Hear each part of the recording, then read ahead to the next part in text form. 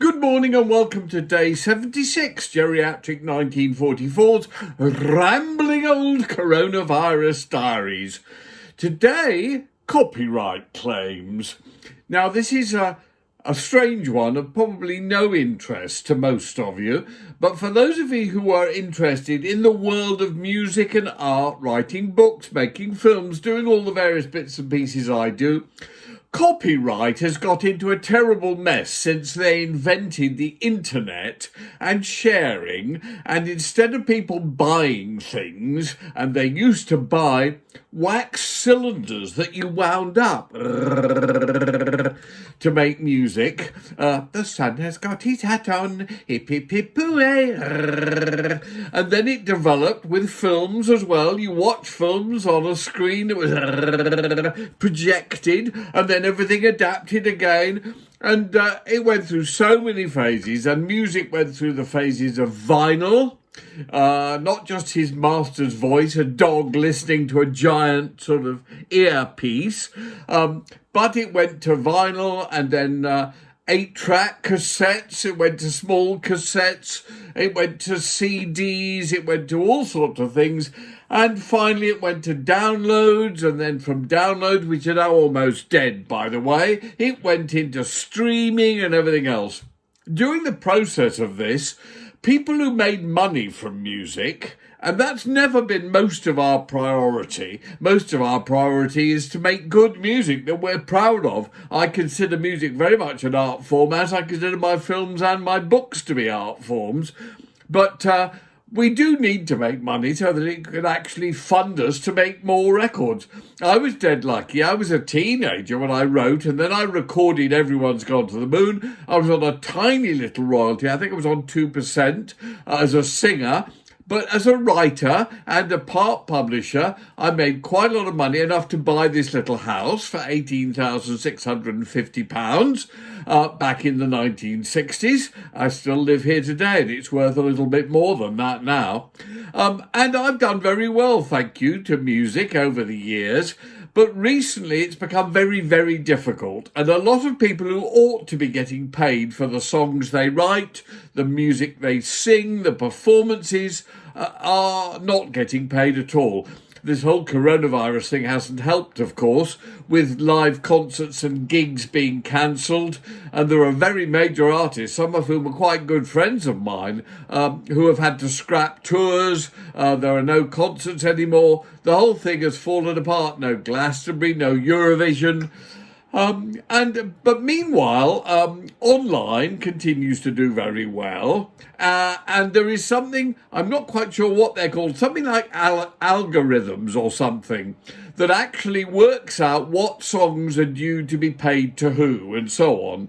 For example, when you stream, a tiny little minuscule amount every stream, but still the tiny minuscule amounts mount up. As I discovered some while ago when I was looking at my, because I get regular monthly statements about what money I've earned from all the songs I've sung and written, and I came across one that I wrote and sung way back in the 60s, a song called Seagulls. Didn't do a thing, but it was on Top of the Pops, so a lot of people got to see it. In those days, 18 million people a week watched Top of the Pops. And it had been played in Singapore, and it had been played like 20 or 30 times, clearly by the same person who probably remembered it from Top of the Pops and thought, oh, I like that, and listened to it and played it 10, 20, 30 times. And I think I made something like 1 pence from it. But then I looked at these sheets of paper that come through if you want to print them up. 400 sheets of paper with 100 titles on every sheet. And they're plays and streams from every territory all around the world. Some of the big hits earn really quite a lot, a few hundred a month. Some of the ones that weren't hit, only a few pennies a month. But it mounts up, and if you're lucky, and I've been very lucky in my career, you make a few thousand a month, and that's not bad to keep you going. But there is this algorithm or whatever it's called, and it's meant to tell you if someone online plays one of your tracks and you own the rights to that track, you have to get paid. And it picks up on it because it can hear. It's very clever. It can hear the notes. Likewise, the writer and the publisher of the track. Now, I've got no problem at all playing you any tracks because I own all the tracks I play you. I, or rather my companies, own all the rights to all the tracks you hear. But as far as the composing and the publishing are concerned, obviously the writer and the publisher has to get paid because sometimes I haven't written the songs I sing you. And as a result, therefore, they work out, this algorithm works out who wrote it and who published it, and they make sure that they get the half a penny or whatever that's due to them.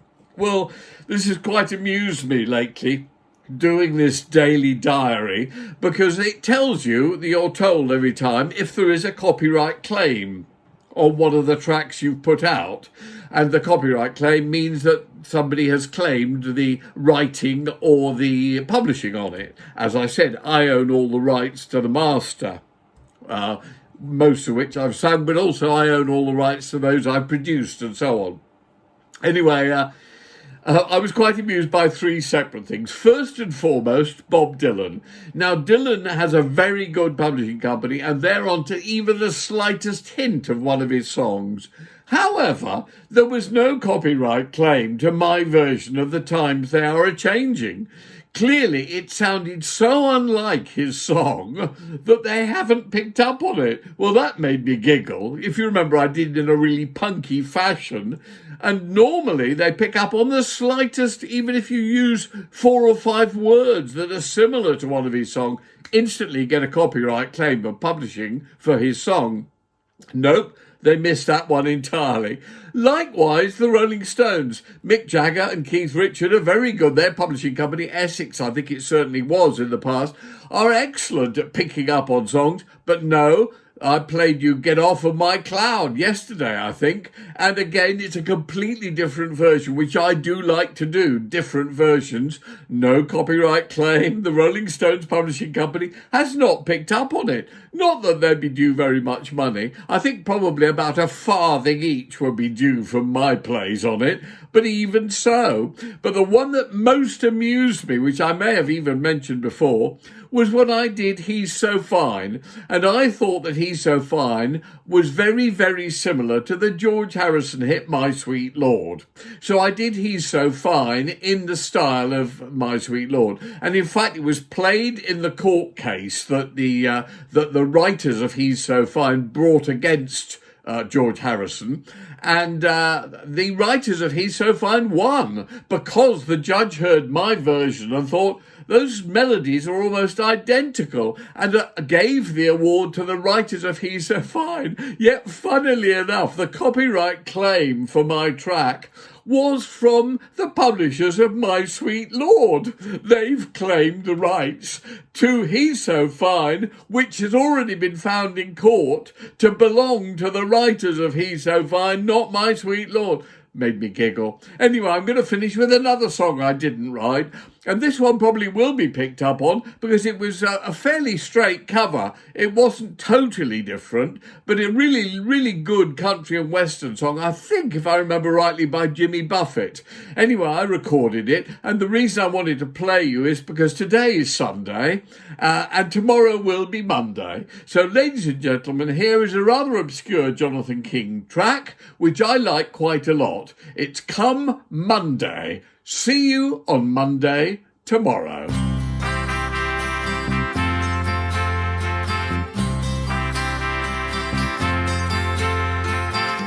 Heading up to San Francisco for the Labor Day weekend show.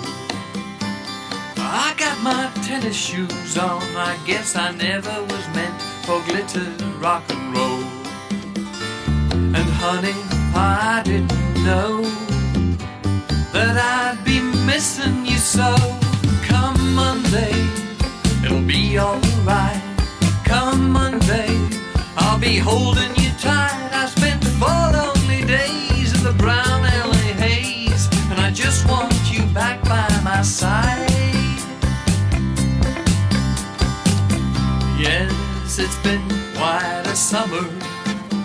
Rent-a-cars and westbound trains. And now you're off on vacation something you try to explain. And darling, it's I love you so. That's the reason I just let you go. Come Monday, it'll be alright.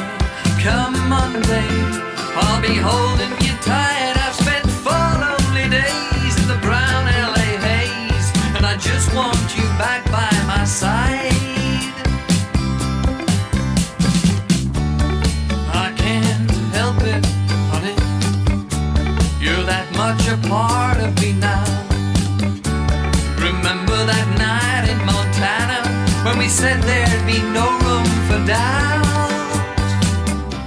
I hope you're enjoying the scenery.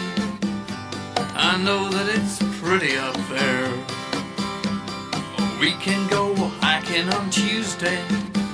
With you, I'd walk anywhere. California has worn me quite thin. I just can't wait to see you again. Come Monday, it'll be alright. Come Monday, I'll be holding you tight. I spent 4 lonely days in the brown LA haze, and I just want you back by my side. I've spent 4 lonely days in the brown LA haze, and I just want you back by my side.